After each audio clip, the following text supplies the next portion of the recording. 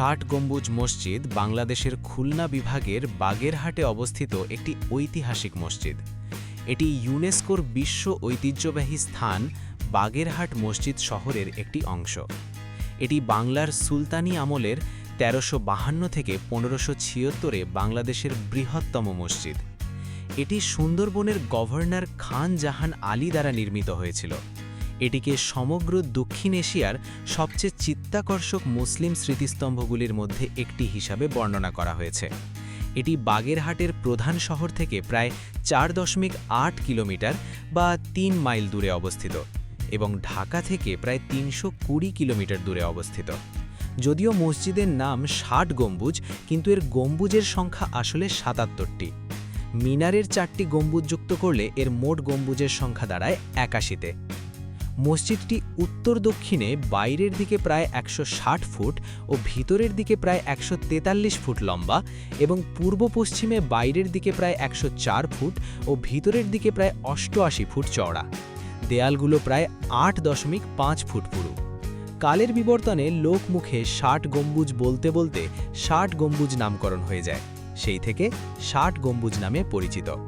ইতিহাস: সুলতান নসিরুদ্দিন মাহমুদ শাহের ১৪৩৫ থেকে ৫৯ আমলে খান আল আজম উলুগ খান জাহান সুন্দরবনের কোল ঘেঁষে খলিফাবাদ রাজ্য গড়ে তোলেন।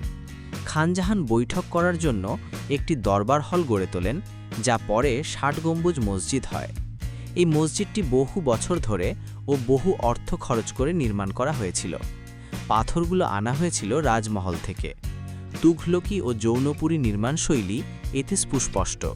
বহির্ভাগ: মসজিদটির পূর্ব দেওয়ালে ১১টি বিরাট আকারের খিলানযুক্ত দরজা আছে। মাঝের দরজাটি অন্যগুলোর চেয়ে বড়। উত্তর ও দক্ষিণ দেওয়ালে আছে ৭টি করে দরজা। মসজিদের ৪ কোণে ৪টি মিনার আছে। এগুলোর নকশা গোলাকার এবং এরা উপরের দিকে সরু হয়ে গেছে। এদের কার্নিসের কাছে বলয়াকার ব্যান্ড ও চূড়ায় গোলাকার গম্বুজ আছে। মিনারগুলোর উচ্চতা ছাদের কার্নিসের চেয়ে বেশি। সামনের দুটি মিনারে প্যাঁচানো সিঁড়ি আছে এবং এখান থেকে আজান দেওয়ার ব্যবস্থা ছিল। এদের একটির নাম রওশান কোঠা, অপরটির নাম আন্ধার কোঠা। মসজিদের ভেতরে ৬০ গম্বুজ বা পিলার আছে। এগুলো উত্তর থেকে দক্ষিণে ৬ সারিতে অবস্থিত এবং প্রত্যেক সারিতে 10টি করে পিলার আছে।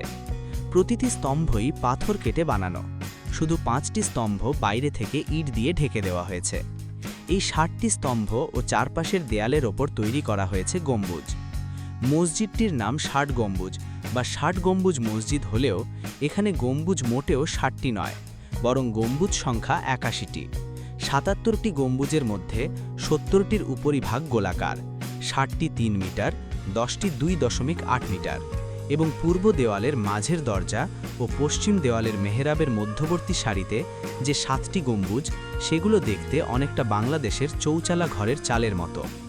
মিনারে গম্বুজের সংখ্যা ৪টি, এই হিসেবে গম্বুজের সংখ্যা দাঁড়ায় মোট ৮১তে। তবু এর নাম হয়েছে ৬০ গম্বুজ।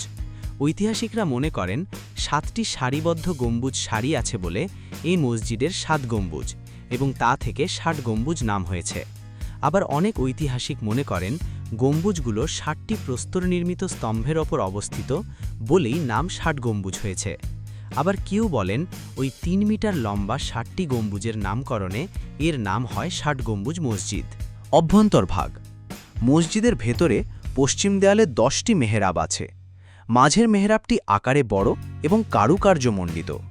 এই মেহরাবের দক্ষিণে 5টি ও উত্তরে 4টি মেহরাব আছে।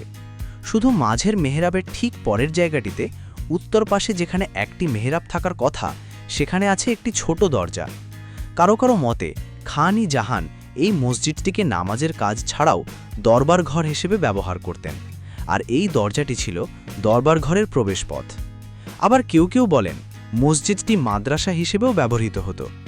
ইমাম সাহেবের বসার জায়গা হিসেবে রয়েছে মিম্বর।